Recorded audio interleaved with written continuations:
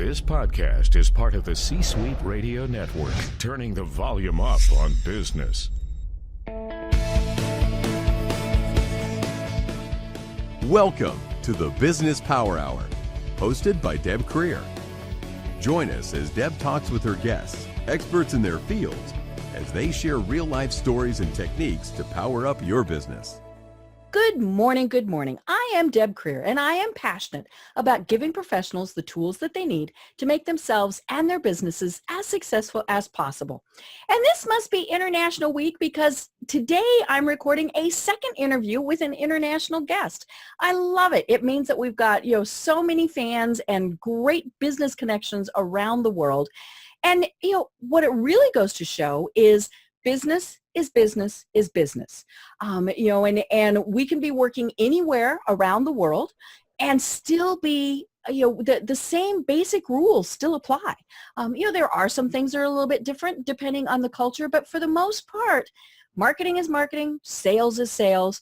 And, and so today we're going to be learning from the absolutely wonderful Lauren Clemett today. So welcome, Lauren. Thank you, Deb. It's awesome to be here. And I couldn't agree with you more. The human brain is exactly the same no matter where you put it and whatever person around the world. We all buy with the same purchase decisions, the same emotions.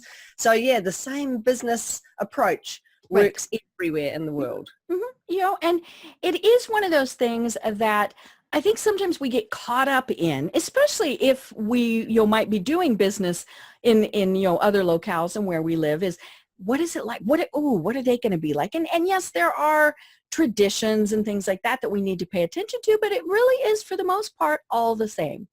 You're absolutely right. And I think there's also an overwhelming fear that people have. Oh my goodness, am I doing this right? What if I make a mistake? And I know when you're in business, especially small business, you've got budget concerns and if I'm going to throw money at this ad and it doesn't work and so on. But I think if you go with your gut, if you go with your humanality and you decide, okay, as a human, are they going to respond to this? Does this feel right? Then chances are you'll be pretty okay. Perfect. Well, and you know all about this because you are an expert in personal branding. So let me tell people just a little bit about you. So at 8 years old, Lauren was told she had word blindness and would never be able to read or write properly. Yet she went on to become a 5-time best-selling author and award-winning neurobranding expert, using her dyslexia disability as her greatest asset, helping others understand how the brain sees brands. Lauren has over 25 years in brand management, working within world-leading advertising agencies, and is the owner and director of award-winning personal branding consultancy, Ultimate Business Propeller, using her insight into how the consumer's mind works to provide clarity and direction needed to package a standout personal brand. Now, I love this part. I had to make sure we got this in. In 2017, Lauren was awarded the International Women in Business Entrepreneur of the Year at the prestigious Stevie Awards in New York, and she shares her expertise at international conferences and events around the globe, as well as podcasts. So yay! Welcome again, Lauren. Thank you so much, Deb. And that time in New York was absolutely awesome. I'm looking forward to being there again this year. Wonderful, wonderful. So let's kind of go back to the beginning, or at least a little bit back. How is it that you decided that this is your passion? It's an interesting thing, isn't it? I think, Deb, we follow our passion almost by accident most of the time. And it's funny, when we stray away from it, we realize we're just not happy. This isn't what we should be doing. And we end up going back to it after time. I, as a child, used to love drawing and painting. I was so creative. But as you read from my bio, I had dyslexia, still do, and really struggled with the English and the maths and all the other things at school. But I had a really awesome teacher. And he was the guy who said to me, you've got word blindness and you're not ever going to be able to read or write like the other kids do. which sounds like a horrible thing for a teacher to Right. say. Oh. But in reality, it was really good. He knew me really well. He knew anything you told Lauren she couldn't do, I was going to go out and prove you wrong. Right. So he knew my personality. It was a small country school. So I really started right back when I was a young child, just the love of being creative. I had, my room was covered with all sorts of paintings and things hanging from the ceiling and sculptures, and my parents were awesome and they let me just use those talents and do those things. My mum was a florist and my dad was an engineering draftsman. So the creativity was in my DNA. Right. And I left school and all I ever wanted to do was be a graphic designer, was to get into art college and go and learn how to do that. And eventually I did that. I put myself through graphic design school, and from there got interviewed to work at a company that did pre-production for advertising agencies. And they sent me, they didn't tell me this was going to happen, but when they interviewed me, they didn't go into the full details. They showed me a couple of different jobs that I could do in this agency well before the days of computers, just to make sure, and internet was not around at that time. They sent me to London to train. I said, yeah, I want to do that job. And they said, awesome. And then afterwards they confirmed part of the training was overseas. So for a 19-year-old in New Zealand to be told you're getting on a plane and going to London to train, that was pretty awesome. But it did give me the travel bug. So a couple of years later I said, look, I really like that travel stuff. I'm going to go back again. And I ended up in London. I worked for a number of advertising agencies in the south of England, and eventually came back to New Zealand on a roundabout route through Spain and doing all sorts of crazy jobs overseas, and got back into advertising and decided, I remember very fondly, Deb, sitting in a coffee shop one day and looking across the road and seeing the big Saatchi and Saatchi building. And Saatchi's is a big brand name in advertising. It's an agency that's been around for years, and I looked at that building and I said to my friend, I'm going to work in there. One day I'm going to have a job in there. And that's exactly what happened. I put myself out there. I went to Saatchi's. I hung around out there and I asked if anyone needed help, and eventually got a job at Saatchi's and loved working there. Also worked at Ogilvy's and Clemenger's, and just very, very fortunate to work at these amazing advertising agencies. And then was offered the opportunity to open my own agency in New Zealand after I'd worked as a brand manager for an investments company. And just really a roller coaster ride of fortune, I would call it. But in reality, as we all know, Deb, the universe is working away in the background. Our natural skills and talents are pushing us in certain directions. And they're very lucky to have worked with the people I've worked with and to be in that creative industry for many years. Great. You know, it actually made me curious as you were talking. Do you think that you started doing more with visual? You know, you mentioned the flowers, you know, the hanging things, all those, because of your dyslexia? I would say so. Absolutely. It took me a long time to get into writing, and it is odd that I've written all these best-selling books. Right. As a dyslexic person, thank goodness for spell check and having awesome editors and all those amazing things we have today. I love writing now, but I was pushed to do it. I think the way that I managed to get the creative into writing was by reading. And my teacher found really awesome books that I love. I think The Lion, the Witch and the Wardrobe was one of the first books that I really got into. I loved that whole series because it took you away to a completely different place. So I still love movies and films for that very reason, that you get that period that you are not where you are. You're taken away to an incredibly different place. Right. Even if it's just a story or something adventurous. I mean, I'm of the age where, and I'm sure you can relate to this, Deb, as well, where we saw the first Star Wars come out, you know, that happened before, completely different technology and storyline. And, you know, we were taken away to those imaginary places as young teenagers and young people. And I think that crossed over from being creative into being the written word eventually. Right.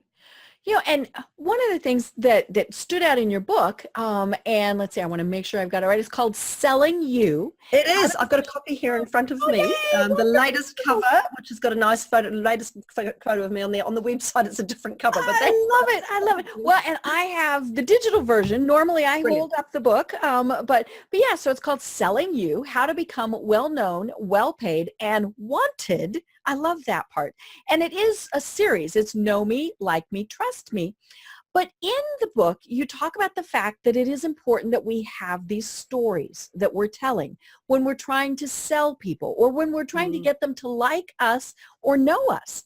And, and that is so important. In one of the chapters you were talking about developing, and you are a personal branding expert, as I mentioned. And so in one of the chapters you were talking about developing our elevator pitch, our 30-second spiel, or whatever the heck it is that we want to call it.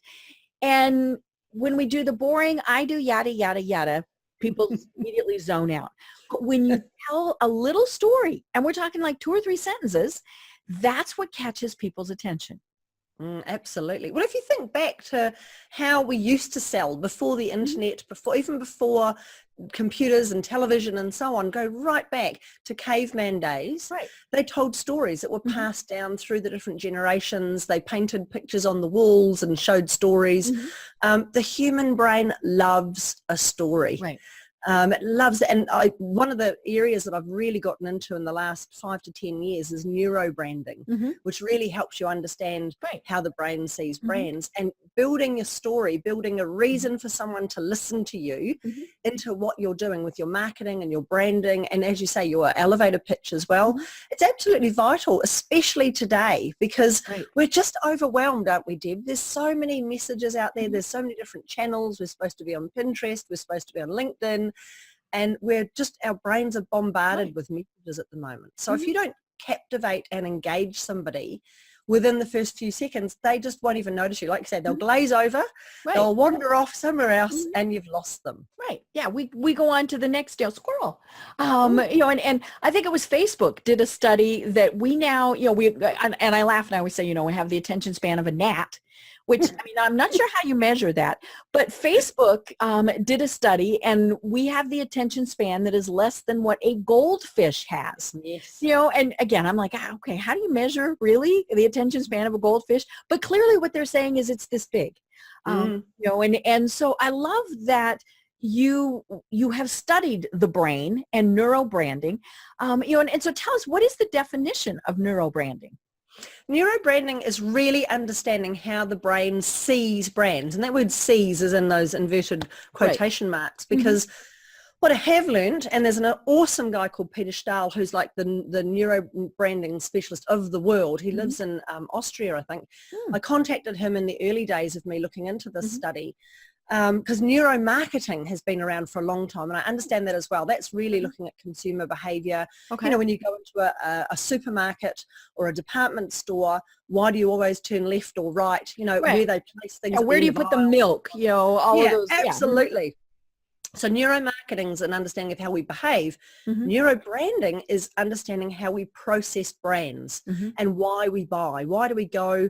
And if you think about back to the supermarket shopping, we tend to shop by color. We go out to the aisle, as you say, that, hey, that brand is always here. And when they move stuff around at the supermarket, how annoying that is, because I have to look for it. The detergent is not there anymore. And in fact, the detergent probably is still there, just your brand isn't on the shelf anymore. It's run out. It's no longer being bought. They've changed packaging. So, we do tend to human beings want things easy. We don't like difficult, and we tend to be relatively lazy with our decision making. And if we have a trust factor, if we've known something over the years and we know the brand, we will just choose it without thinking. But you've got to build that, as you say, know, like, trust for people to automatically do that. And there's some really awesome hidden messages in brands that people don't even realize are going on with our subconscious. Because, we talked about how there's so many messages today in the overwhelming world that we live in. Right. Thousands. I think you say 5,000 in your book. Yeah, it's really interesting. Everyone says, it's so stressful today, and there's a reason for that. Back in the 1970s, we were being exposed to about 500 brands a day. Yeah, you had commercials on like 3 television channels. Yep. You saw billboards, and you had printed, so magazines and newspapers. Yeah. Absolutely. And maybe the radio, and then along came, more TV, along came, what do they call them, soap operas and so on, and they were selling soap detergents, and it just kept rolling. Today it's closer to 5,000 messages a day from a brand, and it is overwhelming. So your brain has a way of filtering stuff out that's not important. And that's why if you don't have a personal brand, if you don't tell a story with your marketing, if you don't stand out, you just don't get seen. You don't even get noticed unless, and this is the really awesome learning that I mean, it's not all doom and gloom here. The thing we can learn from that is the fact that there's a particular method that the brain has of bringing things to your attention.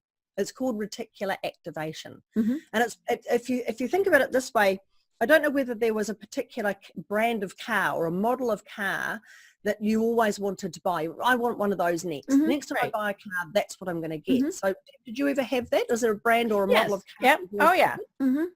You know, I want to buy, and usually I even had a color in mind, you know, so that, you know, that right now I have like a white Dodge Journey. Brilliant. So when you decided that's what I really want next time, all of a sudden did you notice that there were lots everywhere. Everywhere.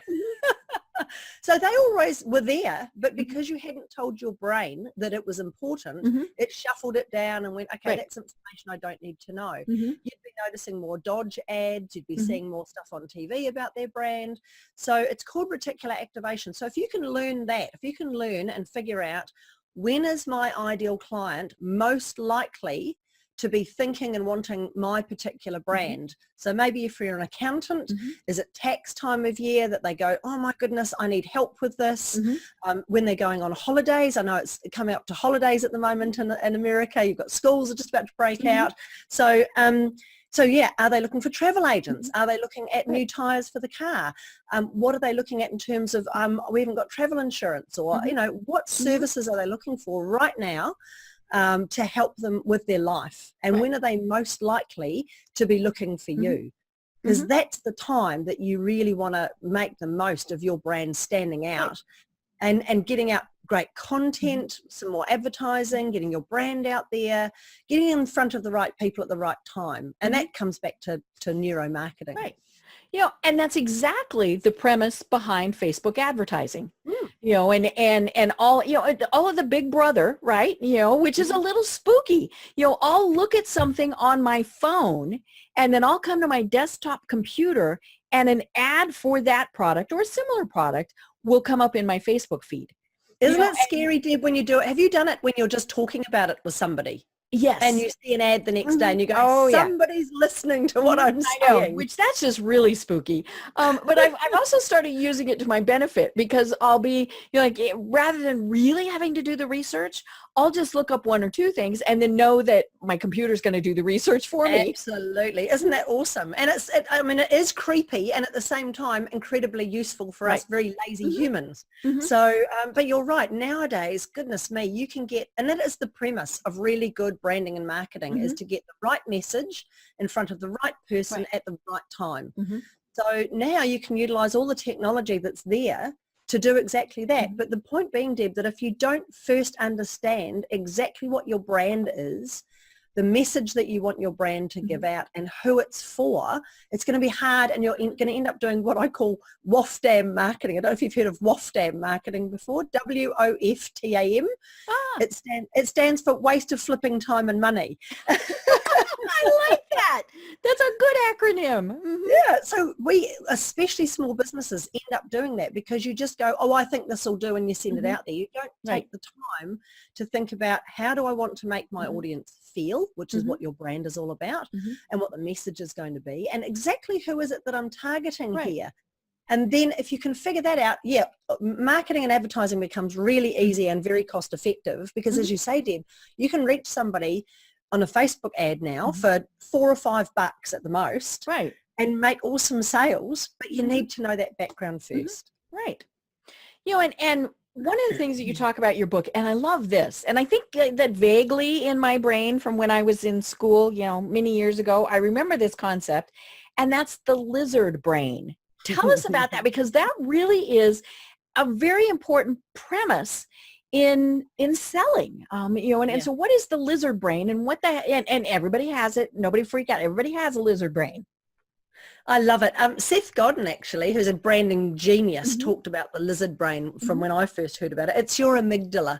It's the part of your brain that's very ancient, and that's why he calls it the lizard brain. It's a very old part of your brain. Like the old dinosaur part. It is like a dinosaur, and it's the center, your fear center, basically. Okay. And it's the place where most of your decisions are finally made. So you might take on board some imagery or some branding. You might do some research. You might look at whatever it is, going and trying something on. You might do all your research about your purchase, but the final decision is made by the amygdala based on, is this going to be good for me? Do I know what it is? Do I like this? Have I made all my decisions? Is this going to be safe? So this lizard brain, this part of your brain that keeps you safe, stops you from making bad decisions. It's the same part of your brain that when you were a caveman made you run away from bad noises or stand up and fight. So it's the fight or fear flight. Yeah, absolutely. It's all in this part of the brain. And it also has a massive part to do with memory. So as a caveman, it told you that those were really good, really awesome berries that we got off that bush, and they were safe and I could eat them. Let's go back and get some more of those. Where were they? So memory and emotion is a massive part of our decision-making process, especially when we're buying services from businesses. And I work primarily with people who sell professional services, real estate, investment, accounting, personal trainers, those sorts of people, because it's really hard to sell a service. You have to, as you said before, Deb, people have to know, like, and trust you before they buy from you. Well, the product is easy. Here's my pen. This is how it writes. This is how much it is. Try it out. Walmart, I buy whatever. Yeah, absolutely. So with services, it's more difficult. You have to actually help your customer experience what it's going to be like working with you before they work with you.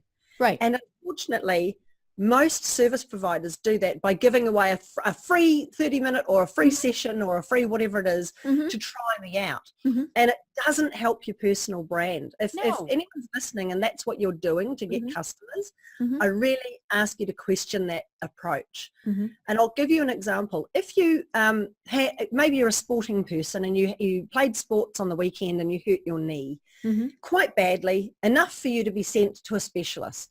And the specialist said to you, I'll tell you what we'll do. We're going to operate on your knee and we're going to fiddle about in there and do a few things. And if it works, then we'll charge you for the bigger operation we'll do a bit later on. But we'll do this for free just to see if it works. We'll test it. You know, would you do that? No. Would you put yourself under the knife of a specialist? There's no way, would you? So how come specialists of that, like a plumber doesn't say to you, I'll come to your house and I'll fiddle about under your sink. And if I don't find the leak, then that's fine. You know, I'll leave you to it. They just don't do that. They say, no, I have a call out fee. This is how much I charge to come to your house and use my 25 years of experience and my qualifications to fix this problem. And you're going to pay me up front before I even get there. Right. Oh, yeah. So as a professional service provider, the minute you say, I'm going to give you a session for free, you're telling your ideal prospect's brain that you don't value your time. Right. That you don't think you're a very valuable or priceless service. What you're going to do for them may or may not work. And I'm not sure. So I'm not going to charge you for it. Right. Well, and it also might be that you're giving your best away at the first because you're wanting them to come back, you know, and so, you know, back to the knee surgeon, you know, you're going to do the absolute best you can right at that very start, because then you're going to hope that they do even more. But, you know, that best might have fixed it. You know, I mean, how many times have we had coffee with someone or absolutely right, you know, done that free thing and we never see them again because we gave them enough right then that they didn't need us anymore. You know, absolutely. I interviewed the wonderful Adrienne Graham. It's actually been several years ago about, you know, she has a book out and it's called No, You Can't Pick My Brain. It costs too much. And that's, don't you love that? Because I mean, how many times do we get contacted, you know, Lauren, I want to take you out for coffee just to pick your brain about something I've been thinking about. Well, no, you know, and then what really gets me is they don't even buy my coffee. I'm like, okay. But you know, it's, you are going to do really a good thing because you want them to come back. So, you know, you that half hour, that which normally turns into an hour, you have really given them great information. And then, they're like, okay, you know, that was enough. Thank you very much. You know, I'll be in touch. I hate those. I'll be in touch. You know, and so that's why the giving it away for free really is not a good idea. No, absolutely. And it really is an interesting thing. I find it more with business women than business men. Business men don't seem to have quite so much of a problem saying, no, we charge for that. You want my expertise, you book a time, you pay, and I give you my expertise. I think the big thing that's behind it, Deb, is this need to prove yourself before you get paid. And the interesting thing is I find people who don't have a very strong personal brand, who haven't spent the time building their credibility in the marketplace, they haven't been creating content. I mean, that's one great way. If you really want to prove yourself and to give something for free that potentially is going to be a tester for people to try you out, write blogs, write great content, put really awesome vlogs out there, jump on podcasts and do interviews and share your knowledge. That's a much more credible way of sharing your expertise for people to have a little taste of how good you are. You don't have to prove yourself. You prove yourself by your works. So become a best-selling author, win awards, get credibility by speaking, build your brand, and it does the selling for you. And then when you say, yeah, you're quite right, then Deb, when somebody says to you, oh, look, can I have a coffee meeting? My answer normally is, I don't do coffee meetings. And if I've got some spare time, I will go sailing. It's my love, my passion. I'm going to go out sailing on somebody else's boat because I love it and I just tend to crew with them. Or I'm going to go and spend time with my friends. I'm going to go and spend time enjoying myself. If I want to work and share my expert knowledge with you, that's awesome as well. But book a time because you know I'm going to be 120% focused on you. I'm going to give you my absolute best. I'm probably going to follow up with you to make sure that what I gave you worked and help you along with anything else. You're going to get more than an hour out of me for sure. And it's going to change a huge amount of your momentum and your progress with your business. If you just have coffee with me, it'll be nice. But you're not going to get anywhere near the best out of me. It just isn't going to happen. You know, and it's funny that you mentioned that women seem to do this, and it does. To me, and purely anecdotal, it definitely seems to be women who do this more. Both the asking and the saying, hey, can I do this? And being the person who they're asking. But it's funny, I've shared this a couple of times on the program that when I was in Denver, I had an organization that contacted me to speak to their group about social media. And, I'm sure that would be great. And here is what I charge. And I got dead silence. Dead silence. And, and I was just starting out. So it wasn't like I was telling him, 6 figures. I mean, this was a very reasonable amount. And they said, you charge? And I said, well, yes. And they said, well, we assumed that you did it for free because you love it. And I said, well, you're right. I love it. But you wouldn't want me to talk about it if I didn't have a passion for it. I said, but think of it this way. You get gas at a gas station. There's gas station here, and you go into this one and you get your gas. Are you then going to tell them, I'm sorry, I'm not going to pay for it because I really like you guys? Or worse, one of the things they told me is, you can, we could always ask somebody else. Okay, same thing, and you should be honored. This was the kicker. You should be honored we asked you. And I said, you're right, I am. I'm very honored that you asked me. But again, back to that gas station. Am I going to tell this guy, okay, I want my gas for free because I could have just as easily gone here? No, it doesn't work that way. And of course, those people that demand money from us, our mortgage people, we can't pay them by saying, well, you should be honored that I chose you to have my mortgage. No, and it's kind of a thing of respect too. I wouldn't ask a doctor to work for free. And if they would, I'd be like, okay, really? But yeah, it is kind of that show of respect to honor them and to say, okay, what are you going to charge? Yeah, absolutely. And back to the issue with, I think you're right, women do tend to devalue themselves a little bit more. They don't seem to have that self-confidence. I don't know what the PG rating is on the show, but I call it the itty bitty shitty committee that goes on up here. That does this whole, you're not good enough. Why would you charge for that? You're going to fail. And I think women tend to care a little bit too much about what other people think of us. Men seem to be able to completely delineate, this is business. Right. This is just business. I'm coming, I'm presenting, I'm giving you all of my information. You're going to pay for it because it's cost me to get there. I've got expertise. I'm valuable. If you want me to come and have a beer with the boys and talk about, all sorts of other stuff to do with sports and lots of just encouraging, that's fine. I'll go and have fun and do that. Right. But yeah, if you want me to be a business person and make those decisions, that's how I operate. Right. So I'm not suggesting women act more like men. I'm just saying, hey ladies, we need to man up a little bit. We need to get hold of our own self-confidence.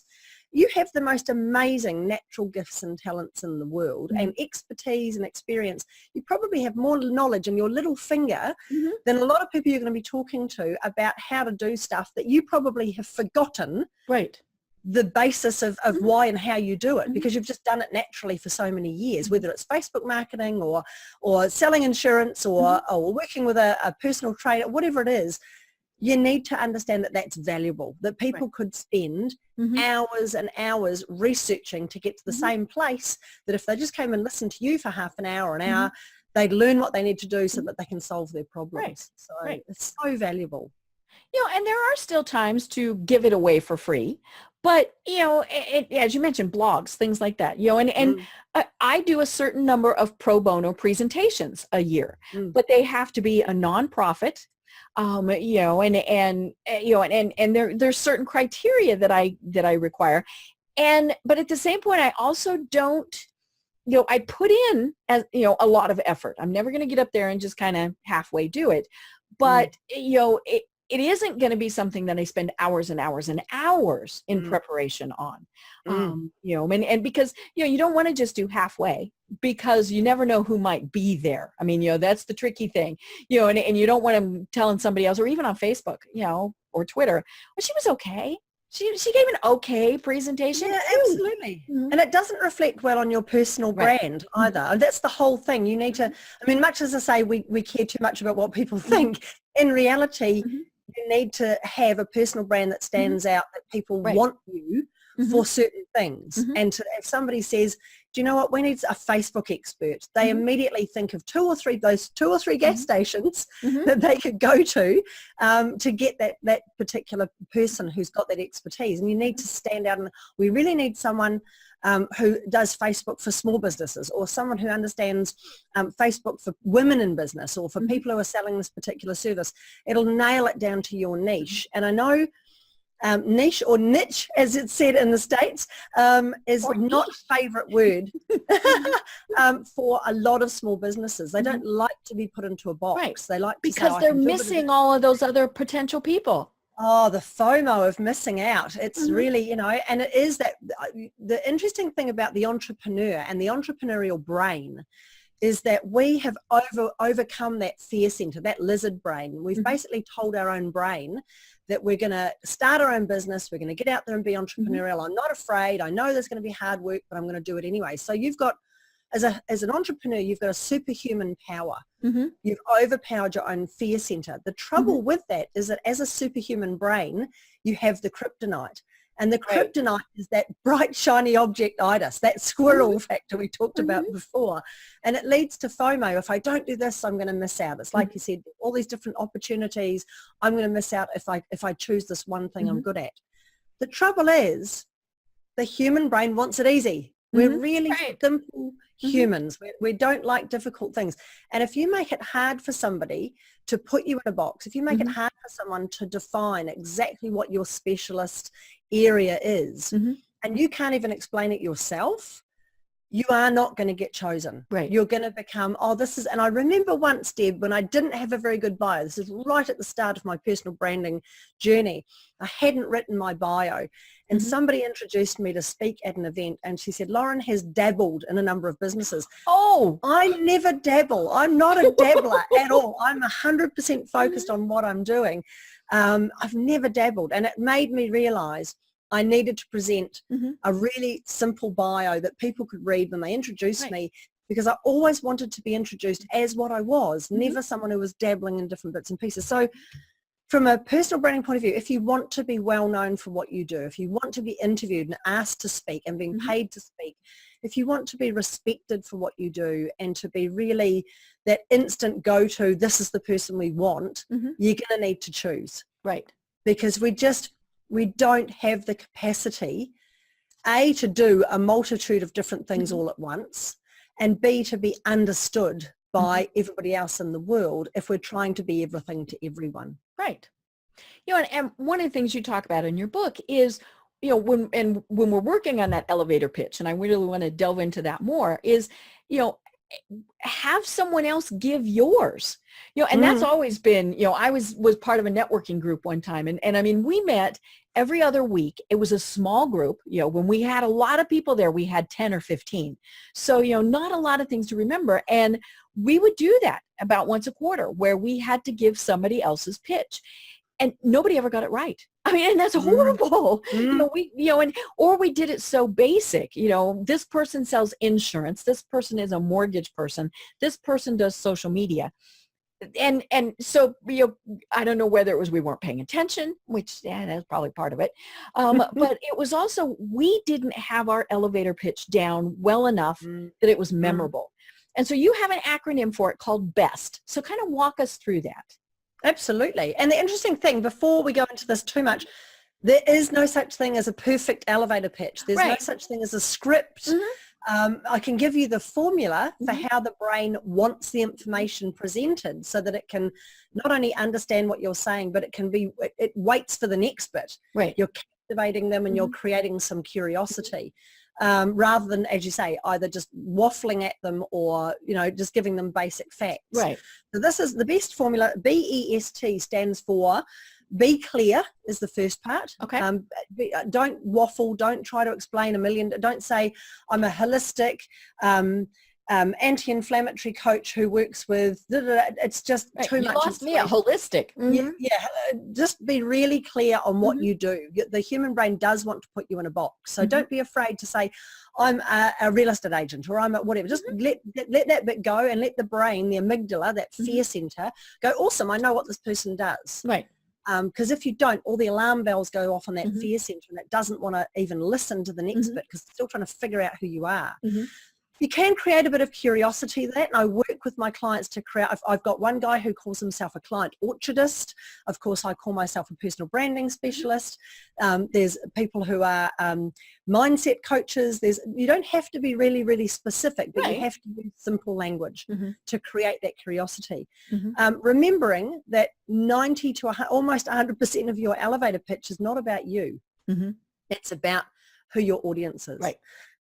And telling that story. So B stands for be clear with the words that you use, something a 12-year-old would understand. And if you've got a 12-year-old in the household or living next door to you in the neighborhood, go and find them and test your elevator pitch on them. Oh, I like that. And if they can pitch back to you and tell you exactly what it is that you do, you're on a winner. So that's really cool. So be really clear. The E of BEST stands for exactly who you help.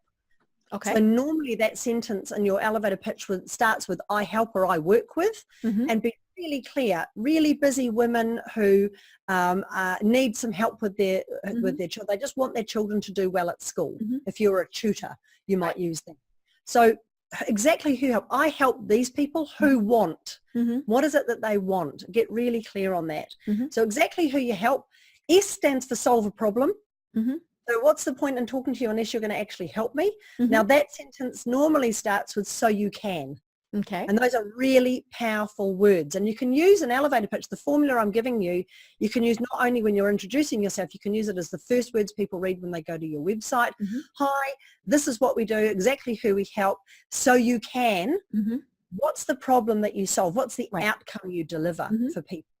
So you can be more confident, have happy kids at school, not have kids crying every day when you take them down the road to go to school, have a healthier, happier body, fit the clothes that you want to get into. What's the outcome that these people really want? So be really clear and exactly who it is you help. And then the last part, the T of BEST, stands for tell them why. And this is really, really vital, especially if you're selling services. People want to know, like, and trust you. They want to understand, why are you so passionate about this? Why do you want to help me? What's in it for you? It's like someone said to you, Deb, you know, you should be grateful that we've asked you to speak. Well, no, actually, this is what I do for a living. I love it. Right. Yeah. But I'm passionate about it because of this. So yeah, you need to share with people why you're so passionate about helping them, more than just making an income from it. And that sentence normally starts with the word because. And because is one of the most powerful words in the English language. Because you're all now hanging out waiting for the answer, aren't you? Right. You're now not thinking about anything else. You're listening to me. Right. So the word because makes people focus on what you're about to say next. So you need to have something really powerful in here. And it is your story. It's your true north. It's your passion, your purpose. And I normally in my elevator pitch say, because you have the most amazing gifts and talents in the world that the world needs. You've got to get out there with your brand and share this with the world. You need to do this. Otherwise, you're not fulfilling your destiny. You're not being the person you should be. So there's lots of different ways you can, like I said, there's no script for it. It's just the order, the process. Be really clear, exactly who you help, solve the problem, and tell them why. It's a really simple way of approaching an elevator pitch. It shortens it. You're not waffling. You're focusing on what's in it for them. And really importantly, you're getting it succinct so that you don't have to think about, oh my goodness, sweaty palms, I'm coming to a networking event, what am I going to say? You also, if you use it in your social media, on your about page, on your LinkedIn profile, it's a really engaging way to get people to create that curiosity and stay there. And Deb, there's one way of really testing if your elevator pitch is working, is if you give it and somebody says in response, so tell me, how do you do that? Yep. Tell if me they more. ask a question, you know you're on the right track. Right. You know, and it could be that what you have, what you're selling, you know, product, service, whatever, isn't interesting to them, you know, or they don't need it, you know, but hopefully you've piqued their interest enough that they say, you know, tell me more about it because I might know someone who needs services. Absolutely. And you might be talking to them when they don't need your service, but in a month's time, all of a sudden they need your service. There was that person I met. What was their name? So, you know, where's their business card? I need to go and find them again. So definitely it is about getting into that amygdala, creating a memory. And there's a really interesting thing about neurobranding that I'd love to share with the listeners around creating memory and being memorable. Okay. I know in this day and age, you know, people are doing all sorts of crazy things on Instagram and YouTube to go viral and be memorable. But you can do it with somebody's brain without having to be too crazy with what you're doing. It's about being a pro, P-R-O, and understanding that the human brain will remember you because you've done this thing. And PRO is another acronym. I like acronyms, as you can tell. I think it's my dyslexia that makes me want to make things easy to understand. Right. It puts it in an order that you understand. Absolutely. So, but it's easy to teach as well, which is awesome. So PRO, and if you're listening to the podcast and you're able to write this down, then go for it. If you're not, replay it and write it down when you're not driving or whatever it is. PRO, problem, resolution, outcome.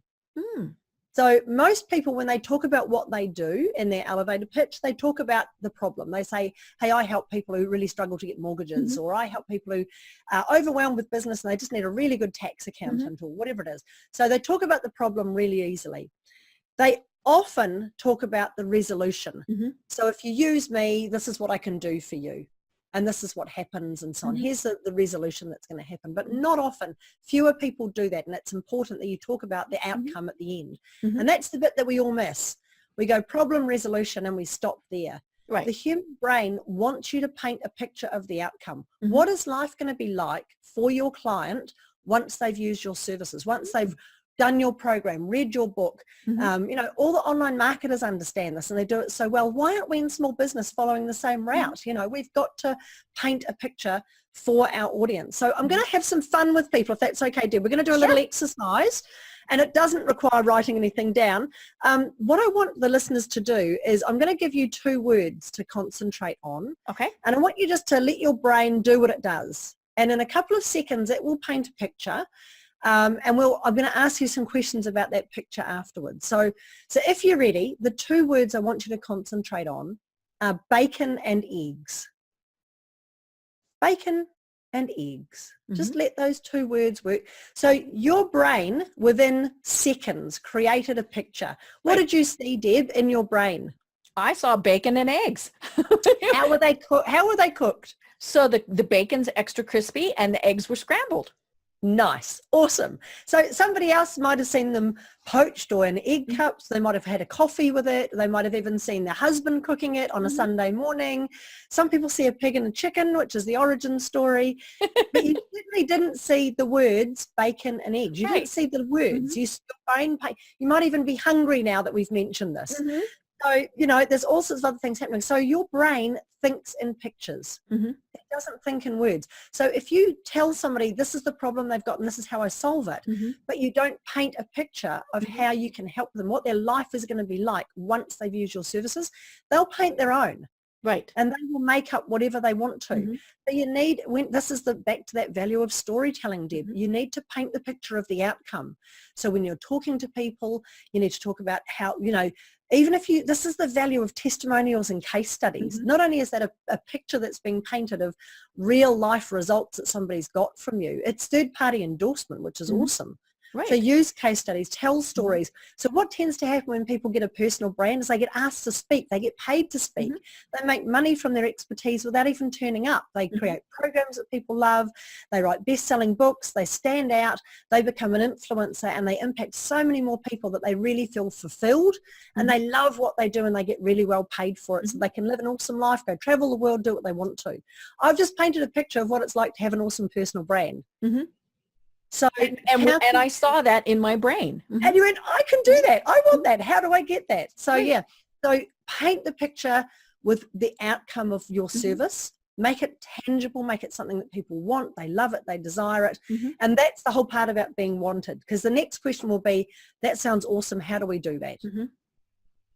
Right. And if you don't get that, well, that's okay. It just means that for right now, they don't want it or need it. And as you said, might be down the road that they do. And you want to have been memorable enough that they go, okay, who wrote that book on personal brand? Oh my God, it was Lauren, so, because they're going to put stuff back together. They're going to see, the red shirt and the red shirt on your, in your book and they're going to come up with that. And it comes back and it ties it all together. Yeah, absolutely. And there's lots of ways that brands do this. They use this. They paint a picture. They do it with all senses.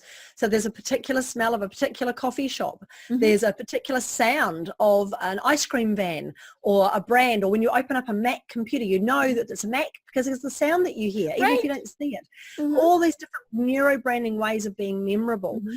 It can be with colour. As you say, I tend to wear red wherever I'm available because I know that's what people are going to recognise me for. It could be a tone of your voice. It could be the way that things are presented on your website. It could be all sorts of different things. Think about the different senses that you can really affect with your brand. And something you said before, Deb, about being memorable, and you're absolutely right, because the fact is not everybody wants your service right now, but when they do want it, you want to be top of mind.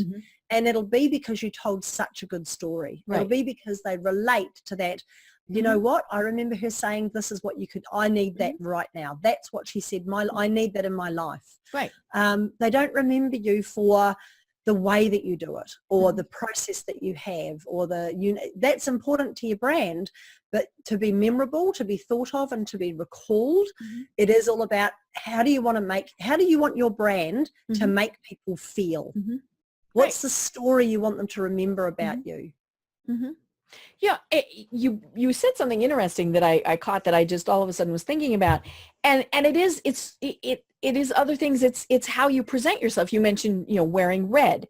With men it's a little different because they in many cases suit, tie, whatever. But maybe they wear the same color tie or bow tie. I interviewed a gentleman several weeks ago on the program. Excuse me. He's a financial planner. He always wears a bow tie, when he's in professional settings. And so he's the bow tie guy. Yep. And we can do that. We're the person who wears like a big pin or something like that. And again, it's just a way that people then track it back through their heads. So, we're not saying that you have to always wear the same thing or do whatever, but maybe have that style that you are always there with. Absolutely. And I mean, we all know, remember the guy that always wore the black turtleneck? Oh yeah. Steve Jobs. He wore that. That was his brand uniform. Yep. You know, we see Mark Zuckerberg in a t-shirt, same color t-shirt constantly, you know. Yep. So they know that there's an ease of just being who you are without trying to make it up, Right. without trying to work hard. Just be you. But as you say, maybe it's scarves, maybe it's the type of shoes you wear. I know there's a woman I know who always wears orange. Another woman I know, purple is her color. She even has purple hair. You know, and it does come down to not trying to do something that you know is created as fake to attract people. It's about just being you. And if your brand is shorts and t-shirt, or your brand is suit and tie or whatever, then live it. Absolutely get into it. As you say, really think about the memorability factor. How do you want your brand to make people feel? What do you want to be remembered as? You know, and it's funny that, you know, we are part of C-Suite Network, and Jeffrey Hazlett is very well known for the fact that he wears jeans and cowboy boots. Doesn't matter where he is, jeans and cowboy boots. And it was so funny because he was posting on Facebook the other day that he was attending something and he could not wear jeans. He had to go buy pants, you know, and you know, and or you know, slacks, I guess they would be for a gentleman. But you know, that's just his image, as he wears jeans.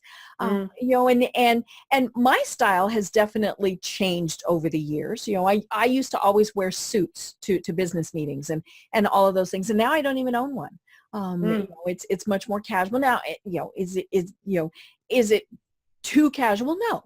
You know, there is such a thing as being too casual, but yeah, you know, that is just part of who it is now.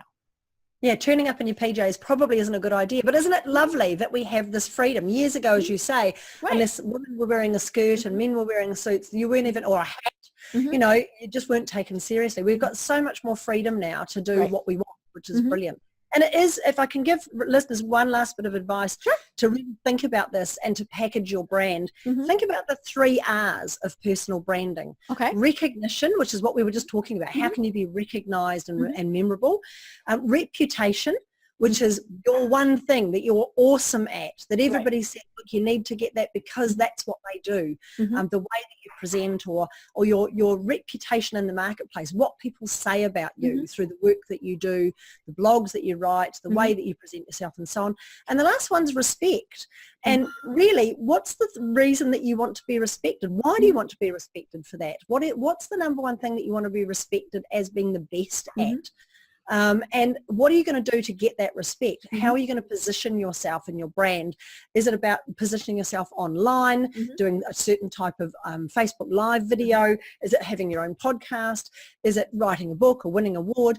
What's going to earn you that respect? The number one way that you can earn respect is by choosing your niche, choosing what is it that you want to be well known, well paid and wanted for. Because as you say, and we did this a bit earlier, Deb, the people who don't get that respect, the people who don't earn for being the go-to specialist are the ones who are trying to be everything to everyone. Right. And there's a saying in New Zealand, you can't help every Mary in the dairy. I like that. You know, it's impossible to help everybody. Right. So you're better off to go, this is what I'm really awesome at. I'm going to stick to my lane. I'm going to just be awesome at that. I'm going to put all of my effort into doing that. Get rid of the FOMO, get rid of the I'm missing out on stuff. You're really not. And it's funny, Deb, it's probably happened to you in your life when you shut a few of those doors and go, I'm actually not going to get distracted by that bright, shiny object. These other massive opportunities open up that you would never even seen before. Yeah. You know, I had an email from somebody just earlier this week that asked if I was still doing crisis management planning, something I used to do. And you know, and so my first thought was, oh, you don't want to turn them down. And so I said, well, tell me more, because it actually is still a service that we list. And it was so, you know, it ended up, you know, he was in Denver and I'm here in Atlanta, and he needed a person in Denver. And, you know, and so I, you know, very politely said, obviously this isn't going to work, but here's who I need you to call. You know, here's who I highly recommend. And then, you know, that's the other thing. And we've talked about it on other programs that, you know, it's perfectly acceptable to refer to someone else. You know, and when we have our niche so tight that we know exactly what we're doing and exactly what we are good at, then it's okay to send business elsewhere and make everybody happy rather than, I can do that kind of, sort of, maybe. Yeah, absolutely. And it's called being inch wide, mile deep, and really being the go-to person. And what I love about what you said, Deb, is you can earn an awesome reputation because you've said no by referring them to somebody else who's awesome. Because that'll come back to you tenfold. And that's back to that second hour of the 3 hours of personal branding, your reputation in the marketplace. If you can build those affiliations with other people, yes, I could help you build your website if you want me to, but I'm not going to do it because that's not my area of expertise. I've got 2 or 3 awesome web designers that I refer my clients to, that I work with all the time. I've got awesome copywriters. I've got an IP lawyer who's awesome. You know, all these different people I've associated myself with, and it's branding by association. If you can associate yourself with really awesome experts in their field that you know and like and trust as well, it just builds up your brand as well. You become this elite specialist who knows other elite specialists, and you all raise each other's brands up together. Yeah, and you know, there's a saying that you are the 5 people, you're kind of the conglomerate of 5 people that you spend the most time with. Well, if you're spending your time with experts, with professionals, with, you know, whatever it is, that rubs off. You know, one of the things when I am training people about social media, I tell them, you know, it's Facebook, you know, Instagram, you know, whatever it is, we turn into high school kids. And if you're hanging out with the bad kids, then, you know, and maybe it's the people who swear, maybe it's the people who are posting pictures about drinking, you know, whatever it is, then the immediate assumption is that's you. So if you're hanging out with people who are great in their fields, who are very professional, you know, all these various things, then the assumption is, well, you know, you must be that way too. Yeah, absolutely. And it's very fortunate that when we were growing up and doing those mad things as teenagers and drinking and so on, there was no Facebook available. Don't you think that's awesome, Deb, that we don't have to deal with that? You know, there is no record of what we did. Thank goodness. And pretty soon we'll be at the point where we won't remember it anyway. So no, exactly. Never happened. Right. Well, oh my gosh, Lauren, we are almost at the top of the hour, and you know, we've just scratched the surface on this, so definitely have to have you on again. But how do people find you and work with you and connect with you? Well, of course, being a personal branding specialist, you can just type my name into Google and I just am all over it. You're welcome to visit the Ultimate Business Propellers page. There's lots of stuff on there. There's programs and, of course, my book that you can download from there. But probably the easiest way and one of the best ways to get in touch with me or to do a bit more, find out a bit more, we've got a really, really awesome Facebook group called Rocket Launch Your Business. There's a couple of hundred, there's more than that. There's a couple of thousand entrepreneurs from all around the globe, all communicating in there and collaborating. We put brand building opportunities in there where we've got call outs for experts in the media to be a podcast guest, to go and speak. And we have all sorts of other things in that group, free trainings and so on, really with some gurus. So if you want to join Rocket Launch Your Business on Facebook, then just go and ask for access to that group and you can start collaborating with people there and really get started on getting your business and your brand out there. Perfect. Yeah, I just joined the group today, so I haven't really had a chance to even explore it much, but I'm looking forward to that. It's a really fun group. There's so much interaction, which is awesome. Well, and yeah, I mean, you know, there's a lot of groups that I belong to that it's crickets, you know, and so it's like, you know, buy my stuff. Yeah, exactly. You know, looking forward to being part of a group that's very active. Yeah, cool. That's pretty cool. What I love about it is when people get an opportunity to be a podcast guest or write a blog, they share a link in that group. So we can share in their success, which is brilliant. We get to celebrate with them. We get to share. If we think it's an awesome article, you can share it on your own Facebook page. So it's really helping and supporting each other, but really life in business isn't easy. It's hard, especially if you're a sole trader or a micro business, or you're a mum at home with kids trying to run a business, or a dad trying to juggle everything. So having a support, a network where you can go to and say, hey, I just need help with this, it's awesome for that. It's just such a great group. Oh, I love it. I love it. Well, Lauren, what would you like to leave our listeners and our viewers with? As always, that you have the most amazing gifts and talents that the world needs. And if you're not sharing it, if you're not getting yourself out there, maybe it's because you're not sure if you've got the qualifications, or I need to prove myself, or fear or doubt. just really, you need to get over yourself. You Right. need to get it into the world. You are declining people the opportunity to work with you and to really evolve themselves. Get your business out there. Don't be afraid to stand out as a personal brand, because you do deserve to be well known, well paid and wanted. And you do need to impact and influence as many people on this planet with your specialist expertise, because it will fulfill you. It'll make you feel awesome that you are just helping other people because you love it. And by the way, I'm earning quite nicely for it, which is just, it's just That's a little perk. yeah, absolutely. I love it. Well, for everyone, please be sure to check out Lauren's book. Hold it up again since I don't have my version. Make sure that you go to Amazon. There's a variety of formats there, so make sure that you check that out. I have been having an absolutely wonderful time talking with Lauren Clemett, and until next time, everyone have a great day. Thanks for listening to the Business Power Hour, hosted by Deb Creer. Join us next time for more real-life stories and techniques to power up your business. You've been listening to C-Suite Radio. For more top business podcasts, visit c-suiteradio.com.